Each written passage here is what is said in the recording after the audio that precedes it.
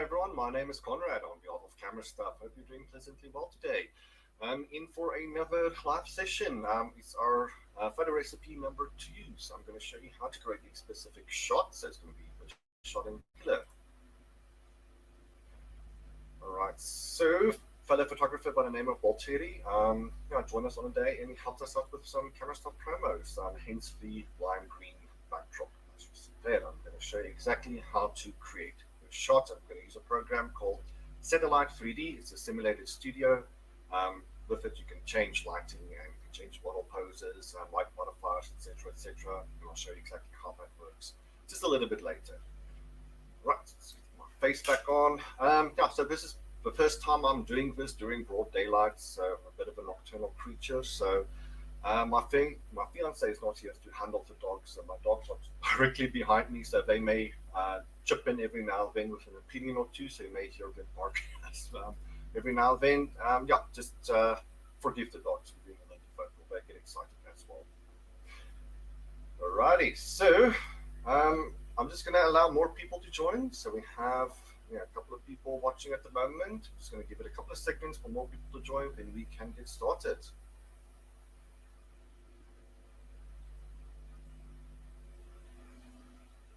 Alrighty, so I think we can prod ahead.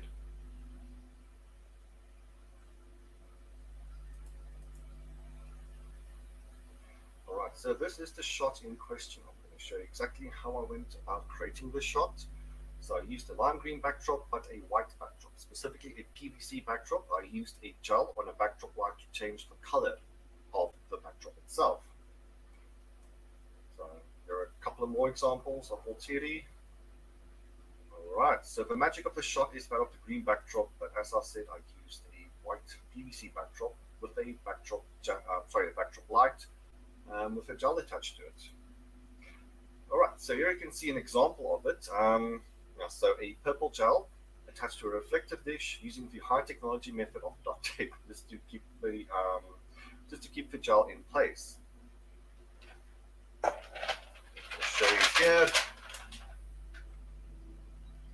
Let's get my face back on. Alright, so you can use a reflective dish like this. This has the bones mount, so it's compatible with any light that has the bones accessory mount.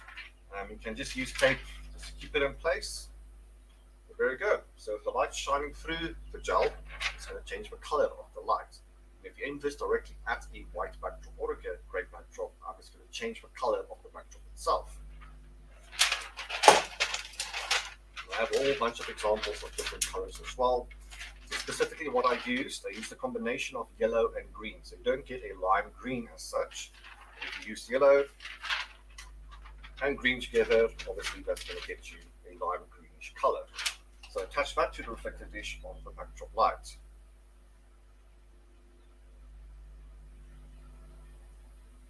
Slideshow back. Alright, so here's a photo.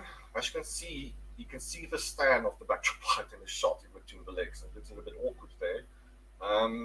So you just need to pose your model carefully. You need to position the light carefully to kind of get it out of the shot. Otherwise, you're going to need to do a bit of Photoshop work. I'm going to show you how to go about this. So stick around and I'll teach you more about that in a wee bit. Okay, so as far as everything else was concerned, I used predominantly Godox equipment, so Godox strobes, specifically the MS300 and the DP400, that being a 300 strobe, 300 watt strobe, should I say, a 400 watt strobe.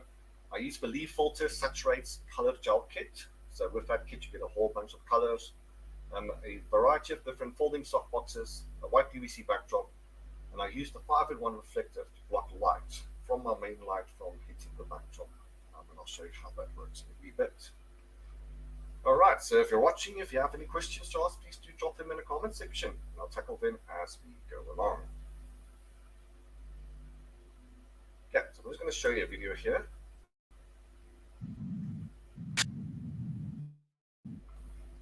Alright, so here with this video, I used an LED. So you need to use an LED. You can use any of the lights that you have, as long as you have a way of attaching one of these gels onto the light. You probably don't want it too close to the light itself, otherwise it may melt or burn the gel itself. Okay, just be doing a variety of gels here. Let's see how that is. Color.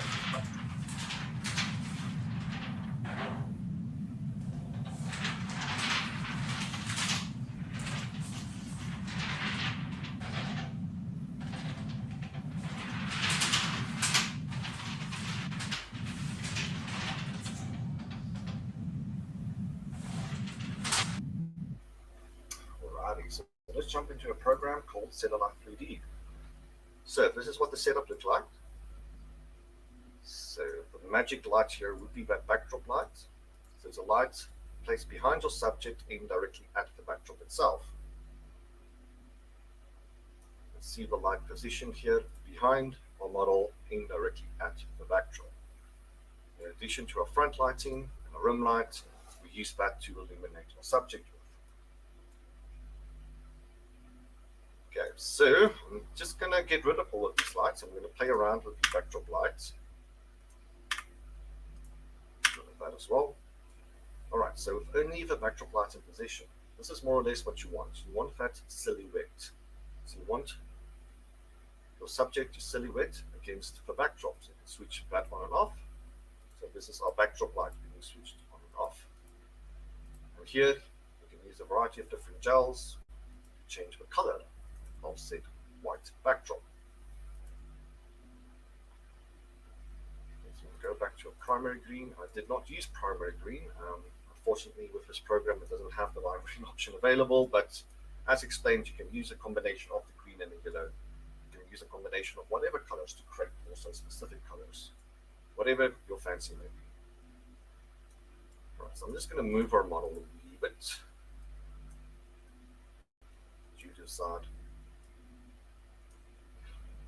Alright, so the placement of the backdrop light depends on how much you want to spread that light. So obviously, the closer you put the light to the backdrop, the more so focused the projection of light is going to be.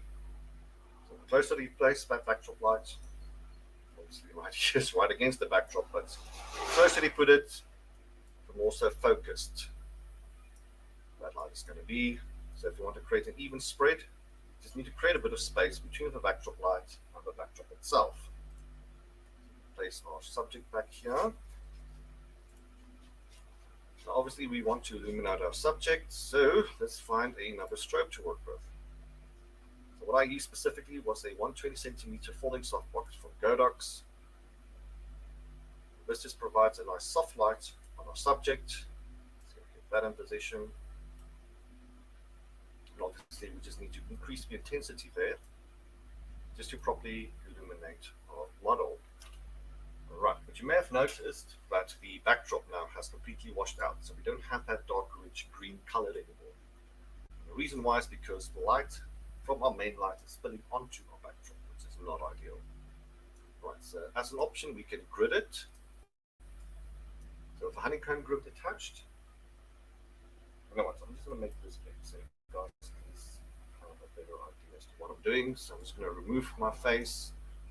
But as you can see with the main light, we have that gridded now. And the point of a grid is just to focus the light, just to weave it. So with a grid, we just prevent a bit of light spillage from striking our backdrop. So most of that light is aimed in the direction we want it to go.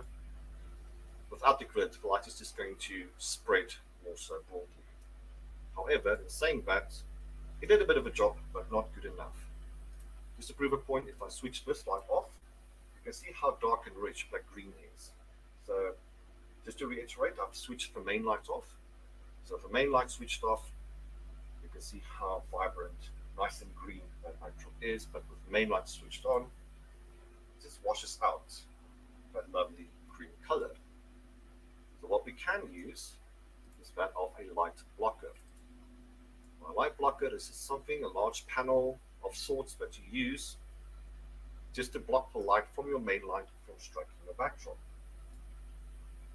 So here is just a massive black panel.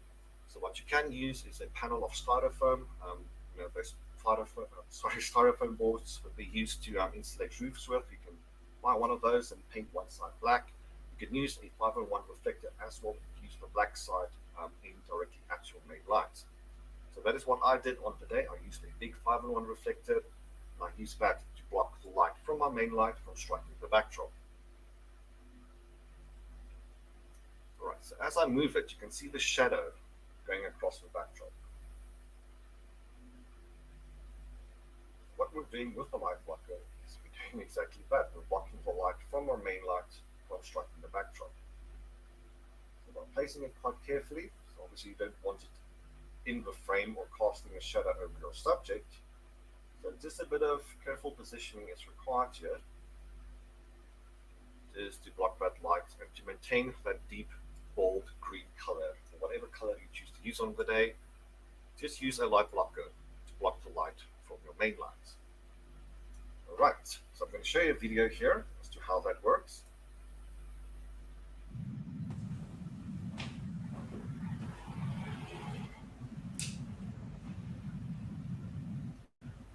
Right, so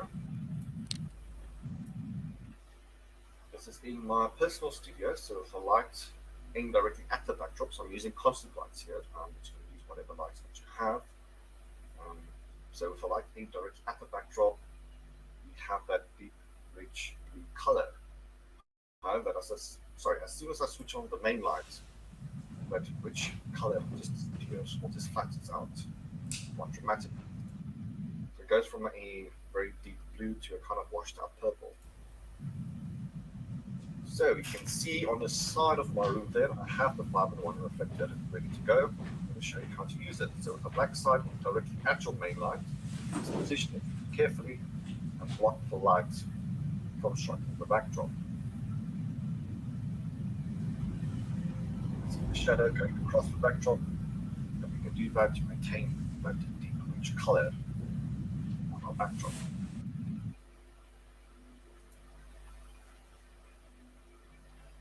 Okay, yep, so that's the point of the light blocker. So looking at this image, we can add a couple of things as well. So what we can do is add that fill-in light. So what I used was an 80x20 folding softbox from Godox as well, which you can find something similar.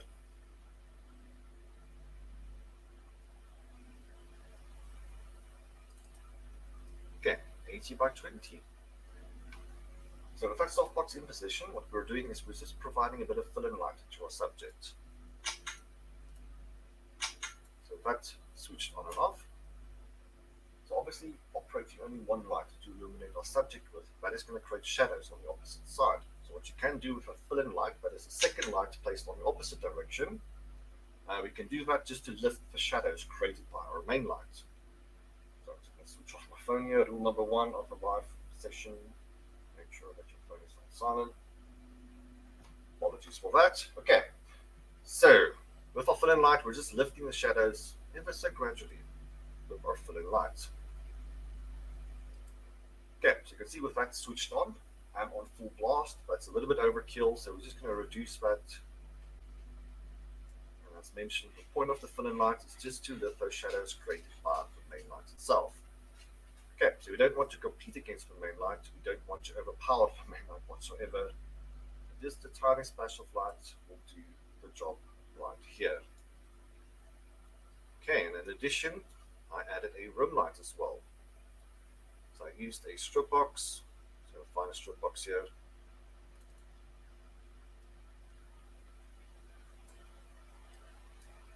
Alright, so you can see what the strip box is doing. So the strip box is just adding a bit of a room light, an edge light around our subject. You bring it a little bit closer, you can see the full effect of it. Alright, so we're just providing a bit of room light around the edge of our subject. However, saying that, I think some of that light is spilling onto our backdrop, so we're just going to grid that as well. So you can see here past the subject. So that is with grid attached to the softbox.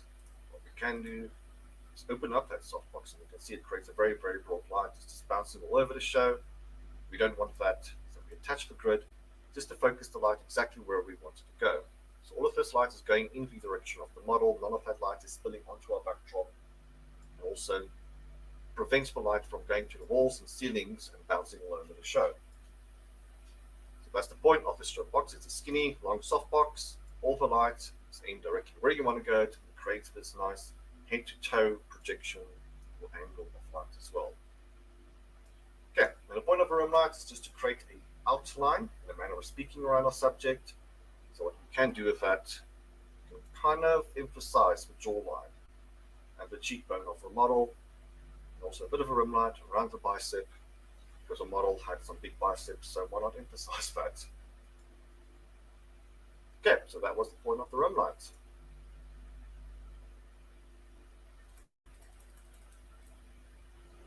Okay, this is the shot that we created on a day.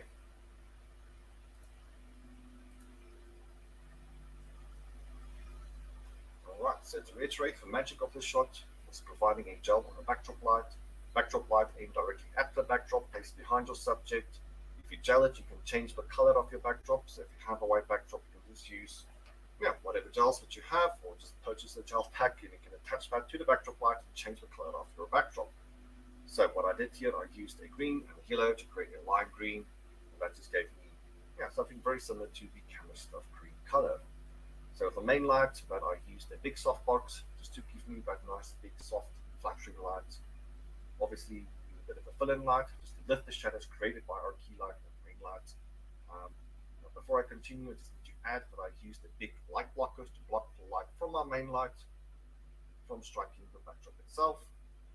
And to round up, I just used a rim light just to create that outline around our subject's body and face, just to emphasize the jawline and the bicep as well.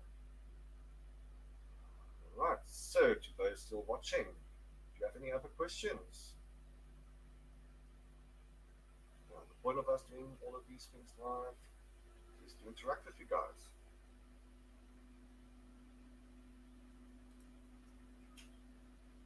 Hello again. Alright, so I think that explains the shot that that we wanted to explain to you guys.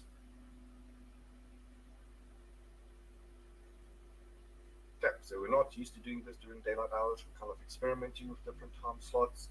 By the looks of it, we are more so, well, we get more viewers during nighttime. So unless you guys do want us to do this more often during daytime hours, please do so. Comment in the comment section. We'll make sure to accommodate you guys as well.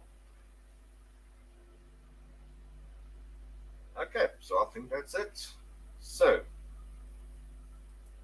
if you want to catch this afterwards, it is available on our YouTube channel. It's going to be available on Facebook as well. But yeah, in the far future, if you still want to catch this, check out our YouTube channel. It's going to be live, well, not live, it's going to stick there for the remainder of time.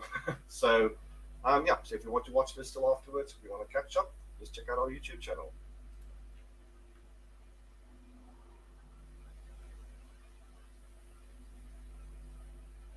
Okay, so I think that's going to be it from my side. So hope to those that watched that you learned something.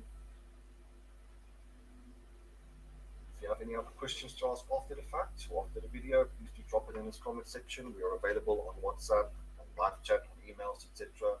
We're available there as well. So if you want to keep in touch, please do contact us. But I think that's gonna be it from our side.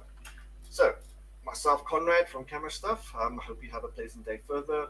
That's going to be it from my side. So I'm going to sign off. So cheerios from me. Now the awkward silence.